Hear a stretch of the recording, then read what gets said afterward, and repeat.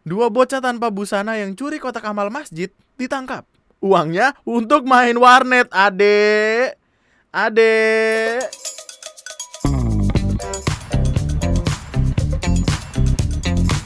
Ada sebuah video yang lagi rame banget baru-baru ini, di mana videonya itu ngasih lihat ada seorang bapak-bapak yang bekerja sebagai porter. Bapak porter ini diminta untuk membawa barang, tapi kalau kita lihat barangnya tuh kayak banyak dan berat banget gitu. Dari captionnya ditulis kayak viral, porter tua bawa barang sekali angkut demi upah 50.000. Beredar video potret seorang laki tua yang masih bekerja menjadi porter di sebuah kapal. Meski tubuh tak sekuat saat muda, ia tetap sigap melayani klien tanpa mengeluh akan beratnya beban yang dipikul. Nah, orang pada berdebat tuh di kolom komentarnya. Ada yang bilang kayak, wah ibu-ibunya jahat nih, kenapa barang banyak banget dibawa dikasih ke bapak itu, bla bla bla gitu. Terus ada yang lagi yang bilang kayak, nih lebih pilih kasihan bapaknya nggak dapat orderan atau kasihan karena resiko profesi gitu. Karena ada beberapa orang yang mikir kayak ya udah ini emang resiko profesinya gitu. Tapi ada lagi juga yang lain bilang kayak ya meskipun ini resiko profesi, tapi alangkah baiknya sebagai pengguna jasa boyo dilihat-lihat gitu. Maksudnya bapak ini udah cukup berumur, masa iya lu mau minta untuk ngebawa barang sebanyak itu. Tapi ada orang lagi di sini kayak ya emang kerjanya begitu, and so on bla bla bla. Banyak sekali perdebatan di sana. Sampai akhirnya gue nyari tahu lah fakta di balik video ini, karena ya seperti biasa men, kita kalau ngelihat dari satu sisi doang tuh kayak emang kesannya jahat atau gimana, tapi mesti zoom out dulu ngelihat sudut pandang yang lebih luas. Ketemulah info kalau ternyata bapak yang tadi, bentar nunggu bapaknya balik dulu ya. Nah, bapak ini berusia 71 tahun dan masih bekerja sebagai porter. 71 tahun. Lu nih sama gua yang umurnya baru masih muda lah. Bangun dari tidur aja kan kita pinggang kertek-kertek kan ya. Bangun dari sofa aja ngeluhnya sebegitunya. Bapak ini masih kuat loh, 71 tahun men. Come on. Terus ada fakta lainnya juga. Jadi ada orang yang nyari tahu perkaranya, udah nelpon si bapaknya juga untuk minta informasi dan lain sebagainya. Ternyata faktanya adalah bapak porter tersebut tidak hanya mengangkut barang bawaan ibu-ibu yang baju hitam tadi, tapi juga bawaan orang lain. Jadi kayak mungkin 2 atau 3 orang, 2 orang deh kayaknya, 2 orang jadi satu gitu barangnya buat sekalian dibawa. Nah, mungkin karena 2 orang jadi harganya jadi 100.000. Terus plastik merah yang di video ini kan ada plastik merah nih, terus ibu-ibunya minta buat bawain plastik merahnya karena susah buat dibawa gitu. Nah, di plastik merah ini adalah oleh-oleh atau makanan-makanan kepunyaan dari si ibu-ibunya. Terus kata artikel yang tadi, ketika turun bapaknya juga dibawain oleh-oleh untuk anak dan istrinya. Jadi kayak ini kan isinya oleh-oleh nih, terus waktu udah nyampe tempatnya dikasih duit, terus dikasih makanan juga. Yang I don't know, mungkin di pikiran gue kayak win-win solution gitu. Dan ya gue tetap merasa kasihan sih. Tapi di sisi lain gue juga harus sadar dan ya meyakini diri gue sendiri kalau itu emang pekerjaan beliau gitu. Ya pasti nantinya akan banyak perdebatan di kolom komentar dan gue pengen tahu pendapat lo tentang ini gitu. Mari kita fokus untuk membantu bapak porternya. Semoga banyak rezeki bapaknya. Dan untuk teman-teman yang masih menghujat ibu, video tersebut akan kami hapus komentarnya ya. Oke. Jadi kayak miskomunikasi dari sebuah sisi video gitu loh. Kan sering kali terjadi ya. Jadi kayak kita ngeliat di video demikian, terus orang-orang mikirnya kayak wah ini gitu. Yang padahal kenyataannya tidak selamanya demikian gitu. Jadi ya, perspektif baru buat lu. The more you know, the more you understand your life. Oh iya, by the way, ketika gue lagi ngedit videonya, ada kabar bagus di mana pada akhirnya bapak ini, Pak Mahmud namanya, Bapak Mahmud dari Makassar, Pak Mahmud dari Makassar gitu. Akhirnya ngedapetin donasi sebesar 5 juta rupiah yang rencananya akan digunakan untuk tambahan membuka usaha warung kecil-kecilan untuk Pak Mahmud. Lalu di video lainnya juga ada video yang ngasih lihat kalau si bapaknya akhirnya dapat motor. Respect, dan tetangga-tetangganya pada seneng. Emang kalau punya tetangga suportif tuh asik men. Anyway, terima kasih untuk orang-orang baik dan masalahnya pada akhirnya selesai. Semuanya aman, sehat, sentosa. Mahasiswa ini dekati pemilik restoran demi bisa makan gratis. Berhasil nabung 59 juta. Respect. Kukira cupu ternyata suhu. Kukira kertas ternyata keras. Wow. Seorang mahasiswa di Inggris berhasil mendapatkan makanan gratis selama 2 tahun. Hal itu membuatnya bisa menghemat pengeluaran dan berhasil menabung hingga 59 juta. Buat lu kawan-kawanku tercinta yang tidak punya uang, jadilah beban pacar Anda. Jangan bego goblok. Tapi ini bagus banget, men. Coba kita baca ya. Jordan awalnya sadar jika uang saku yang dimiliki tak cukup untuk membiayai hidupnya, meskipun ia telah bekerja paruh waktu. Jordan lalu mencari ide bagaimana dirinya bisa makan tanpa perlu mengeluarkan uang. Jordan lalu menemukan sebuah kasino di pusat kota Cardiff yang dimana menyediakan makan gratis bagi yang terdaftar sebagai member. Tak tunggu lama, Jordan lantas mendaftarkan dirinya untuk bisa makan dan minum gratis untuk menu hidangan makanan China tersebut. Setiap Senin dini hari, ia akan pergi ke kasino untuk makan mie goreng, nasi goreng, dan ayam asam manis. Dengan makanan sebanyak itu membuat Jordan akan merasa kenyang saat berada di kampus. Ia tak lupa juga membawa beberapa potong kue dari kasino. Kasinonya baik banget ya. Kasinonya itu tempat judi tapi dan sampai di situ Jordan juga melakukan perkenalan dengan beberapa pemilik restoran di kota tersebut dengan tujuan untuk menanyakan apakah ada makanan sisa dari restoran itu. Secara hukum mereka harus membuang semua makanan yang dibuat segar yang tidak dijual, bahkan jika makanan itu masih layak makan. Terus dia nanya nih mungkin kayak kalau masih ada sisa bagilah gitu buat gua gitu. Oh, dekati pemilik restoran tuh bukan pacaran. Astaga, sisa makanan dari beberapa restoran itulah dijadikan Jordan stok makanan di kulkas. Ya ampun. Gua kira dia pacaran sama cewek terus ceweknya masakin terus. Emang baca sampai habis, bro. Nonton video full sampai habis. Jangan tertipu thumbnail clickbait bla bla bla. Mahasiswa ini dekati pemilik restoran demi bisa makan gratis. Gue kira pacaran aja. Terus kalau misalkan udah kayak gitu, putus, ditinggal aja gitu. Wah, gue udah kenyang, putus masih gitu. Gue udah sukses, putus udah makan juga gitu. Tapi ini pintar sih, men. Pintar sih asli. Yang banjir aku udah lihat. Yang banjir aku udah lihat soalnya. Ini gue juga nggak tahu kenapa ya. Kenapa sih orang-orang tuh kalau misalkan sesuatu terjadi, kalau misalkan lu melihat sesuatu yang tidak secara nalar normal untuk dilihat, masa ya lu mau coba gitu? Kayak ini orang-orang ini udah berusaha melewati ini nih gitu. Tiba-tiba ada yang ya mati kan.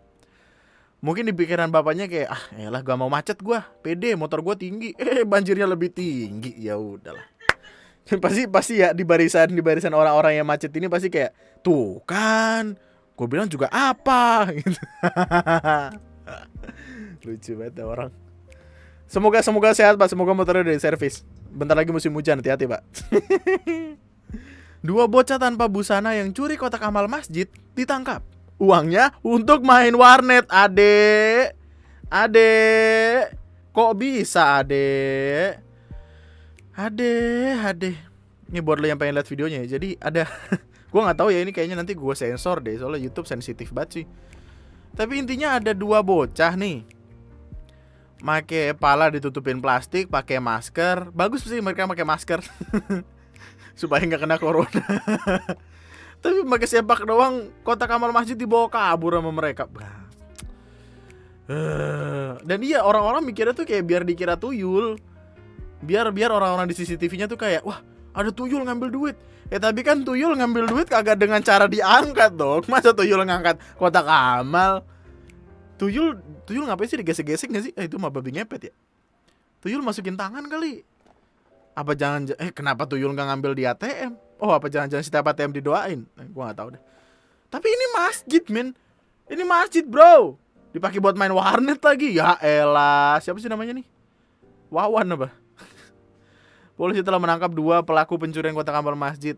Uang yang dicuri senilai 400.000. Oh, wow. Ia mengatakan kejadian itu berawal pada Sabtu 4 September Sang pelapor selaku gori masjid melihat kotak amal tersebut masih dalam keadaan utuh dan lengkap serta digembok. Lalu pada keesokan harinya setelah sholat subuh, pelapor melihat kotak amal di masjid sudah tidak ada lagi. Tim Kawarawai Polsek Solok pun melakukan penyelidikan terhadap terduga pelaku. Dan hebatnya ketahuan loh, maksudnya ini dia penyamarannya udah cukup memungkinkan sih untuk tapi dengan dia memperlihatkan postur tubuh terus kurus juga ya kan apa seleksinya tuh jadi lebih gampang gitu. Pelaku kita kurus, ya udah tinggal cari orang kurus. Ya nggak segampang itu sih, tapi ya begitulah contohnya.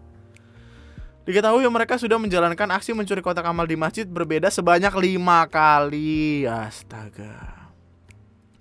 Hasil curian digunakan untuk jajan dan bermain game online di warnet.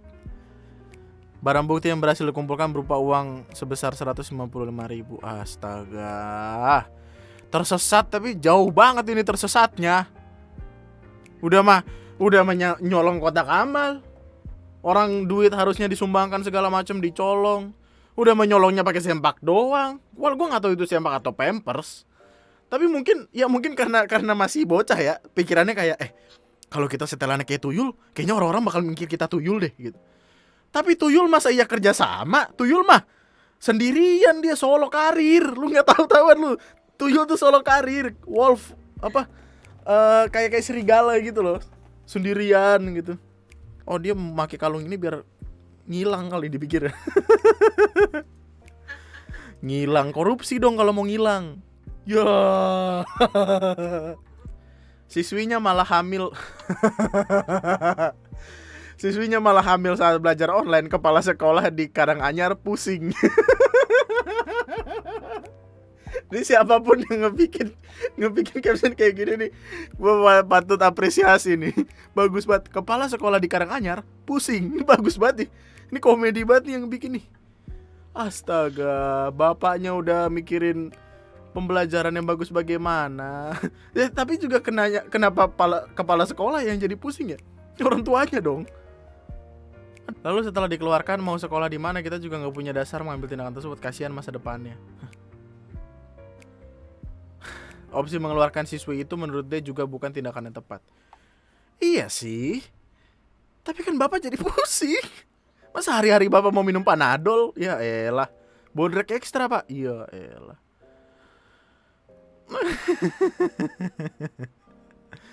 Nih dan ini patut menjadi pemikiran bapak ibu sekalian ya yang menonton ini ya. Tolonglah itu dipahami anak-anaknya, ditanyain sekiranya. Sistem belajar daring yang biasa dilakukan siswa dari rumah memang akhirnya memiliki presentasi pengawasan lebih banyak kepada orang tua karena dilakukan di rumah. Kalau misalkan orang tuanya kerja, anaknya siapa yang ngurusin, siapa yang ngeliatin, takutnya nanti malah pergaulan bebas. Kebebasan, jadi ya begitu. Fata-fata Gus Idris terkait video gancet. Astaga, iya juga gue lupa ya makan video. Jadi, ada sebuah video nih kawan-kawan. Video ini sempat ramai sekali diperbincangkan karena videonya datang dari akun YouTube yang subscribersnya juta-juta. Juta-juta gak sih? Apa baru ratus ribu? Juta-juta. Penontonnya banyak. Orang pun percaya dong. Dan dikasih lihatlah sebuah video di mana ada pasangan yang dikatakan gancet. Nah, buat lo yang belum tahu, dede ngapain dede nonton video gue juga. Anyway, gancet adalah sebuah kondisi di mana ketika seorang laki-laki dan perempuan bersetubuh tapi nyangkut, nggak bisa lepas. Dan itu berbahaya dalam dunia medis karena bahkan bisa terjadi kematian di sana.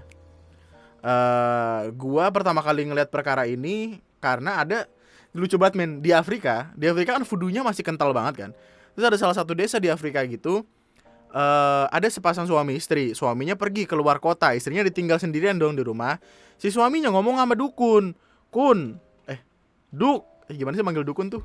Bro, kalau misalkan nanti istri gue selingkuh atau apa, celakain ya gitu. Akhirnya waktu lagi selingkuh sama orang, nempel, dibopong sambil nyangkut tuh dua. Meskipun emang ada keterangan medisnya, jadi emang bisa terjadi dan bisa dijelaskan secara medis. Tapi konten itu, perkara itu dijadiin sebuah konten sama salah satu akun YouTube. Oke, akun YouTube apa tadi namanya? Gus Idris Official. Videonya masih ada nggak sih? Masih. Oh nih, azab berzina.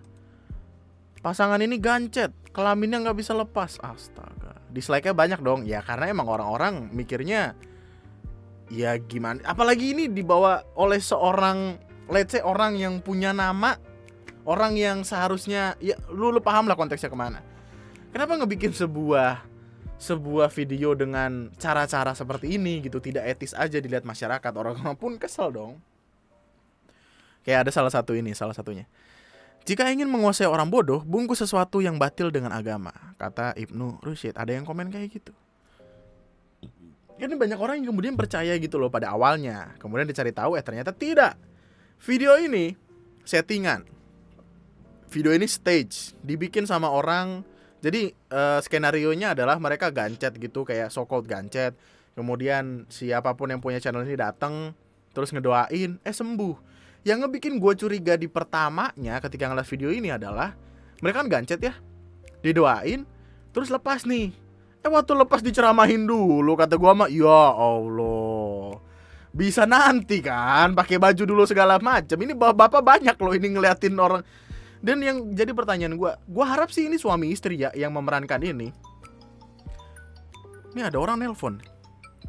Semoga siapapun orang yang ada di dalam sini itu sudah menikah gitu, yang acting sebagai suami istri ini sudah menikah. Karena ya bukankah kita sebagai orang-orang beragama Islam paham artinya muhrim dan tidak muhrim, apalagi ditampilkan di sebuah akun YouTube yang sudah juta-juta dan viewsnya udah 1,7 juta men. Cuan sekali nih yang gue yakini sih. Tapi itu hoax lah men, intinya men. Kurang meyakinkan juga sih actingnya. Perbuatan mereka. Jadi kami ya nangis ini. yang sudah Bapak panggil, kami akan membantu sebisa kami.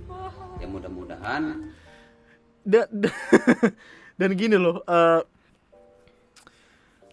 bukankah ketika melakukan hal seperti ini kredibilitas artinya dipertaruhkan ya? Kok berani ya?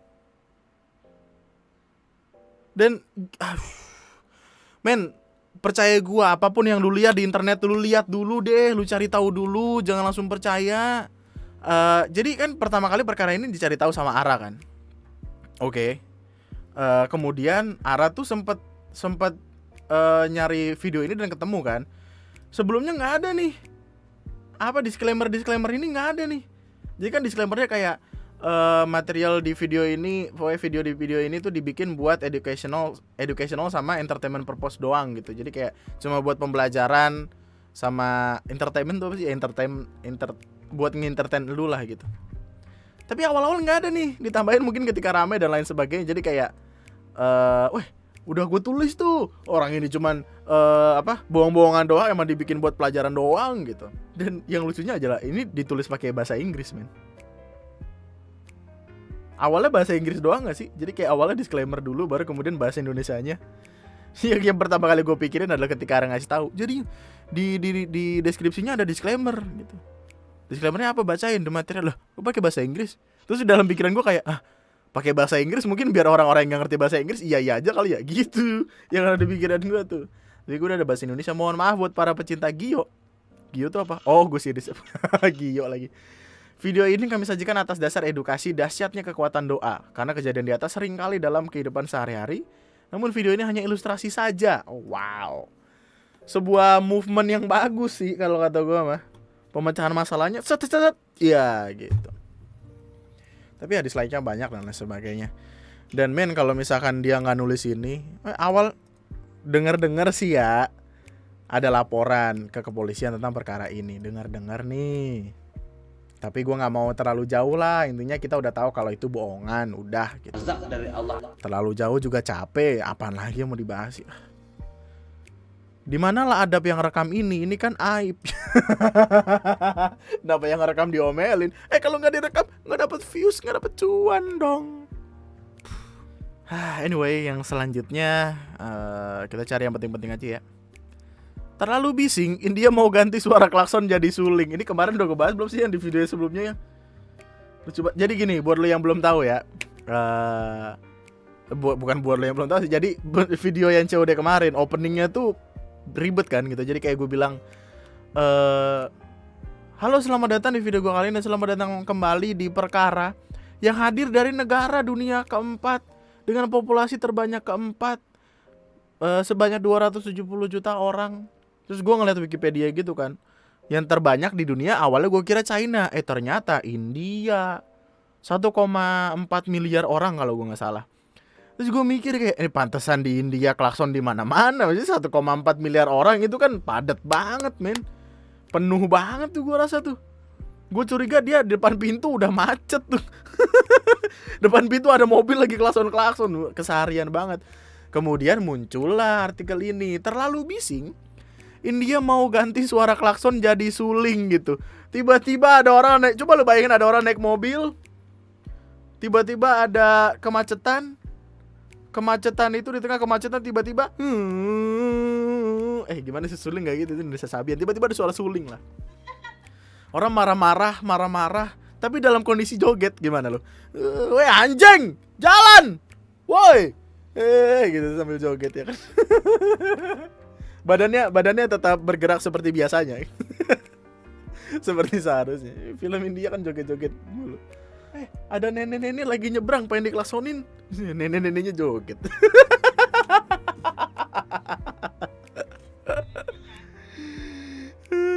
Terlalu bising, India akan ganti suara klakson jadi suling. Udah, ya bagus idenya, tapi dari yang awalnya berisik jadi penuh jalanan ya kan, orang-orang pada joget gimana sih?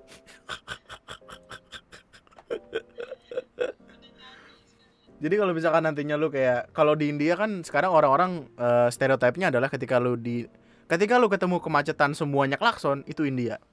Jadi nanti mungkin beberapa tahun kemudian, ketika lu masuk ke sebuah negara tiba-tiba, weh, badan gua gerak sendiri nih. Wah, India nih gitu. Ada suara suling di mana-mana.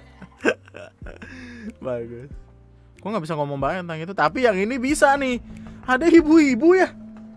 Nih dari captionnya sih rombongan pemulung ya. Tiba-tiba bawa inian jemuran lu. Astagfirullahalazim, ibu. Di rumah jemur apa, Bu? Perlu banyak emang di rumah stok. Astaga. Digotong loh. Kagak sekalian itu motor digotong. Nah, ada satu ibu-ibu bawa ini kursi plastik ya, mungkin emang udah dibuang sih. Tapi ini loh, jemuran loh. Astaga. Apa orang-orang di sekitar kagak bingung ya? Bu, bawa jemuran mau kemana? Ini biasa mau ngejemur-jemuran. Santai banget. Iya, santai banget loh. Dan semuanya masuk gitu. Nggak ada bagi tugas kayak satu jaga-jaga. Enggak, semuanya masuk. Kayaknya gini deh, kayak ini ada 5 kan ya. Jadi kayaknya bagi-bagi kayak, oh ini hasil lu duluan gitu. Terus kayak selanjutnya kayak ini tukang ojek nungguin penumpang. Ini bagian lu, sono jalan, habis itu gua ya gitu. Ini ibu-ibu kayak, oh ya udah nih ibu satu jemuran, nanti ke depan lagi ada jemuran lagi ya, ada motor pagar di bawah, ada rumah kalau bisa dibawa digotong bareng-bareng itu.